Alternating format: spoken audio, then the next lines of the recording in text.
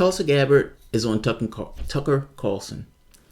When I first started my show several years ago, I can't believe I'm saying several years ago. This sounds so weird. Because, I did software engineering for like 10 years. So this is an odd experience in and of itself, and it's such a departure from what anybody else does around me. In fact, I've become somewhat of a hermit because, most of the time people engage, it was at work. Well, I work from home. But that's it. Tucker Carlson, or let's say Tulsi Gabbard, is on Tucker Carlson. I used to have this thing where I would watch episodes, interviews or something with my audience. So it's almost like a real world thing. I'm experiencing it at the same time they're experiencing it. Apparently this came out. This was like tonight. So I think I'm probably going to be the first channel to get it. A+ for insomnia. That doctor said I'm going to get dementia. Go suck it, buddy. All right, so let's watch some Tulsi Gabbard on Tucker Carlson. Oh God, I'm foiling my words, which you might be right. Tucker Carlson has Tulsi Gabbard. There's a lot of T's. Welcome to the soapbox.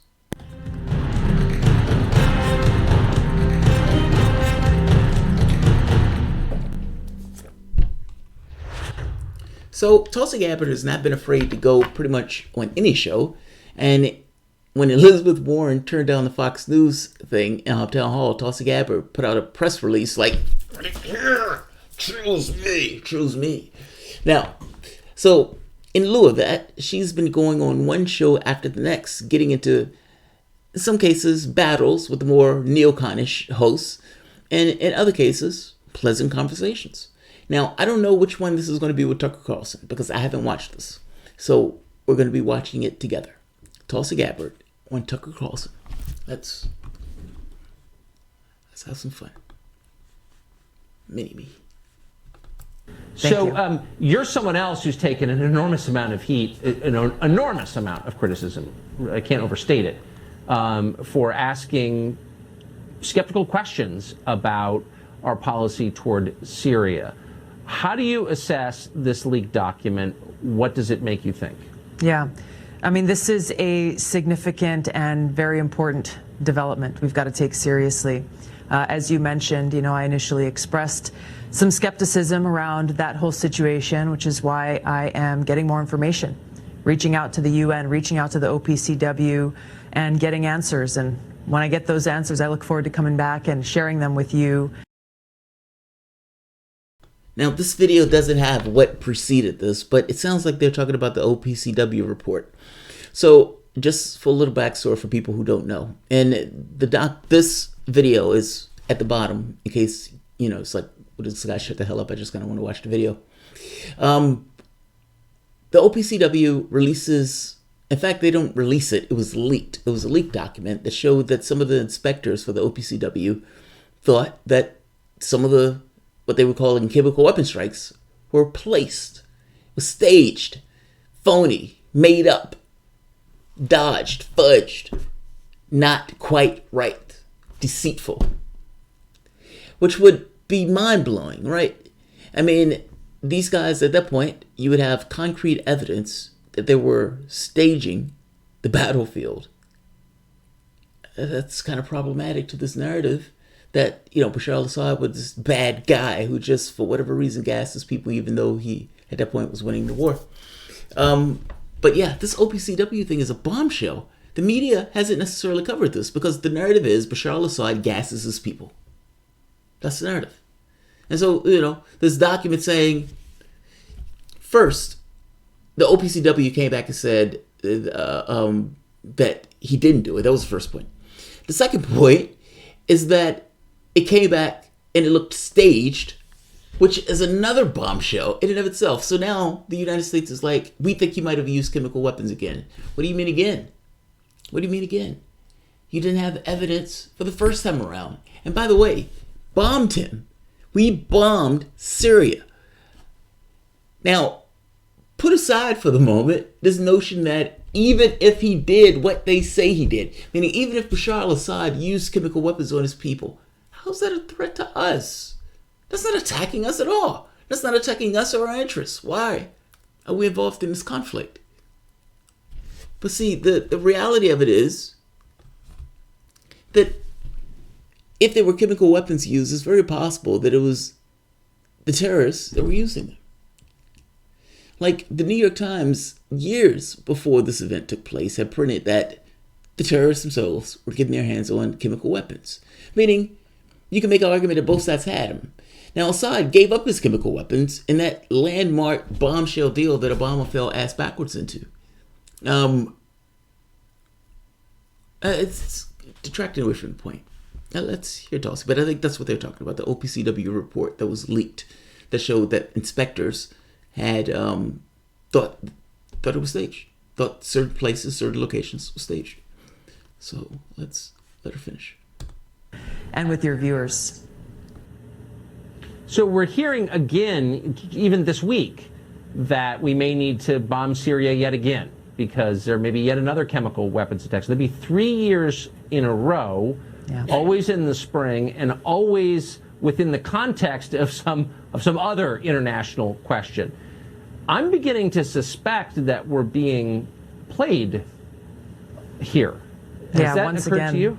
Once again, I mean, this is why doing our due diligence and checking very carefully the evidence is so important.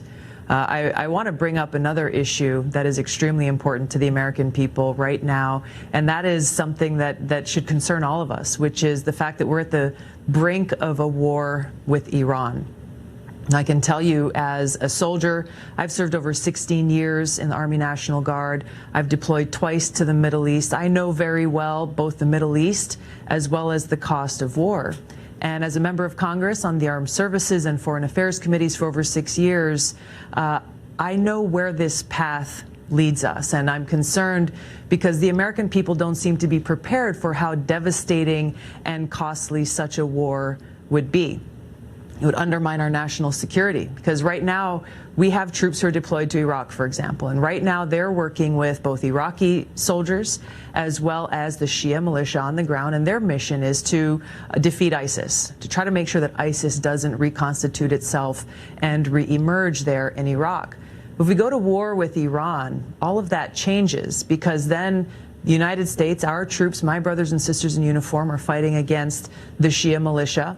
Who knows what the Iraqi military is going to do? Maybe some go with us and fight alongside our troops. Maybe some fight against us and fight alongside the Shia militia. And so what we're facing is essentially a war that has no front lines, total chaos, engulfs the whole region, is not contained within Iran or Iraq, but would extend to Syria and Lebanon and Israel across the region, setting us up in a situation where in Iraq, we lost over 4,000 of my brothers and sisters in uniform. A war with Iran would... Also, let's be clear, there were over 1 million Iraqis that died in that war. Like, I don't understand how people are so flippant with the consequences. Like, George Bush invaded a country. When he smashed that country to bits, you had people fleeing that country. There is a direct line from what George Bush did in Iraq to the eventual creation of ISIS. He set that area on fire, literally. Yes, it was 4,000, I think it was more, but Americans that died in that war. I think there were 30, I think there was like 100 Brits. But let's be very clear, there were also 1 million Iraqis. Their lives are just as important as ours. And there was far more of them. There was a war of aggression that we committed. And yeah, she's right. We seem to be pretty lackadaisical about what's taking place. Like, and I would even go one further. I think she's not painting a bleak enough picture. Because we have no idea what some of the other powers would do if the United States does this. Meaning there's nobody who's the United States going with. It's possible that Iraq would evict the United States if the United States tried to attack Iran.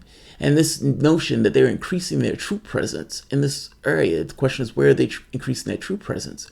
If that is in Iraq, Iraq has been playing with this idea of evicting the United States military base from their country.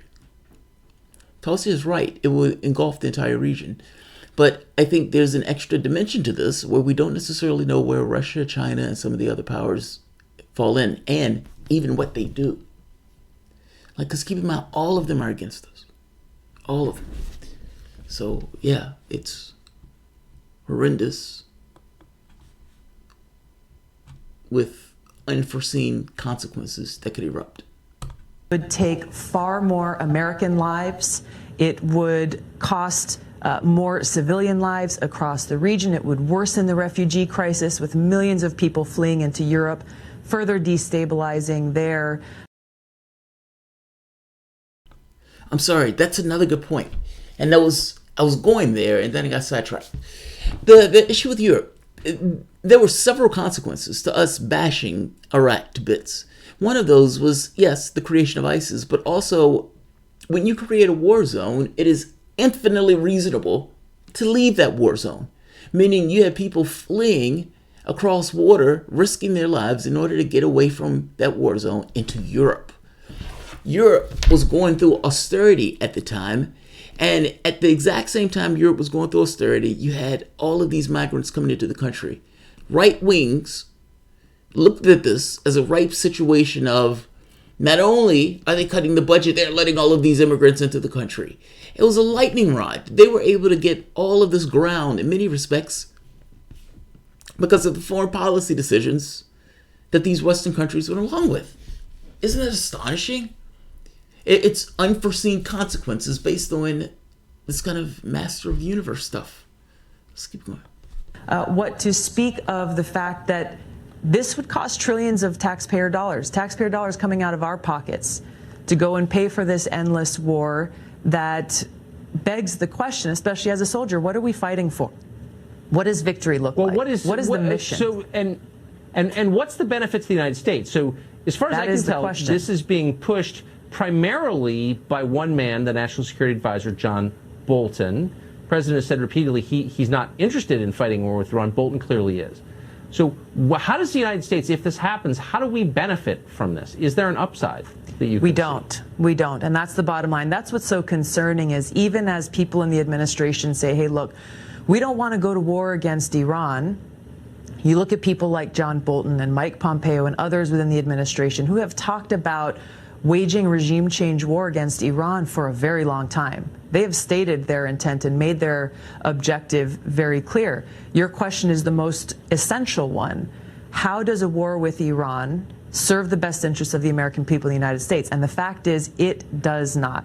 It better serves the interests of people like Bibi Netanyahu and Saudi Arabia, who are trying to push us into this war with Iran. Again, a war that would undermine our national security in the ways that I talked about. It would strengthen terrorist groups like ISIS and Al-Qaeda.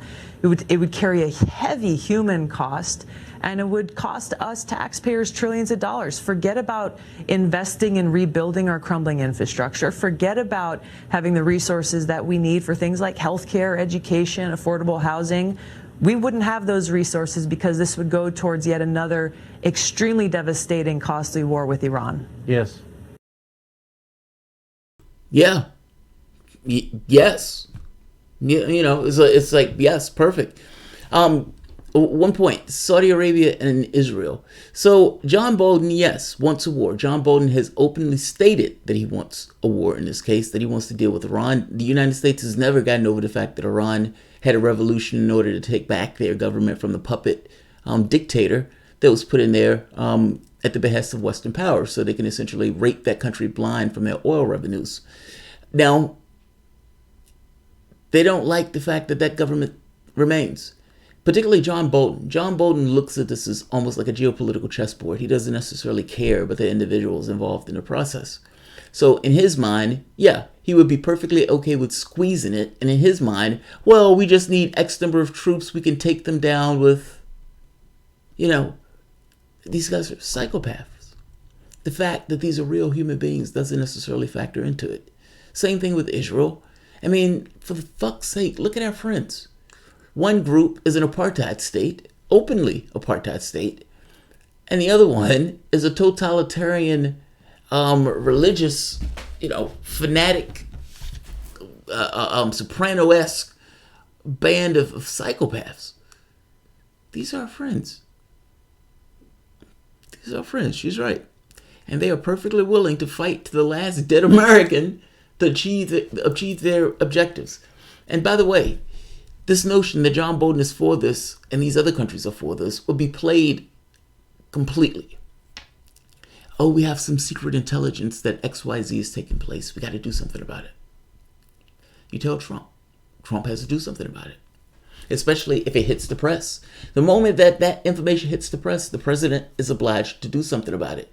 If something is attacked, recently when those tankers were attacked, Houthis came out and said they did it. They were very open in saying they did it. They were very loud and clear.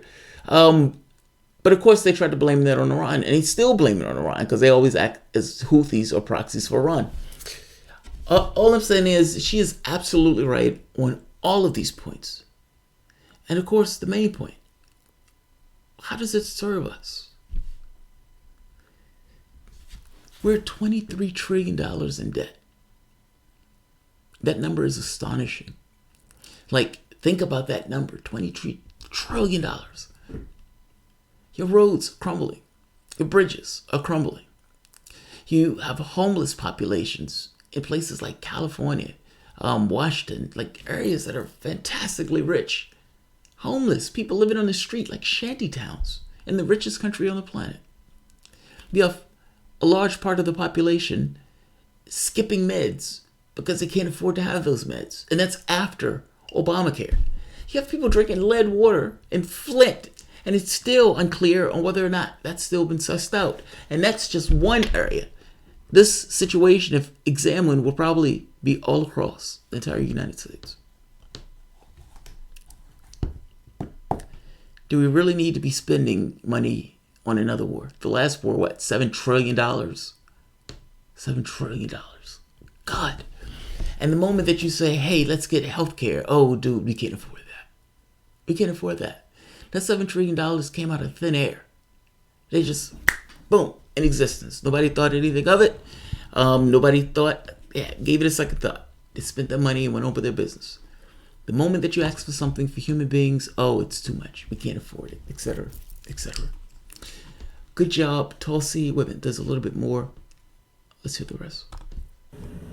I think if you were to poll on that question, and it is polled, you would find that what you just said has overwhelming support with voters in both parties, not just your party, the Democratic Party, but with Republicans as well. And yet I predict with certainty that you will be attacked for saying what you just did. And that tells you everything. Tulsi Gabbard, running for president from the state of Hawaii.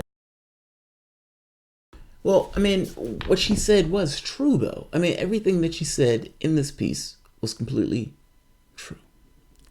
But he's right. She may be attacked for it nonetheless. She may still be attacked for it. All right. I'm going to end this, but good show, man. I know buying to the poll saying Tulsi is 1% support and Castro is 3%. Well, no one knows her yet.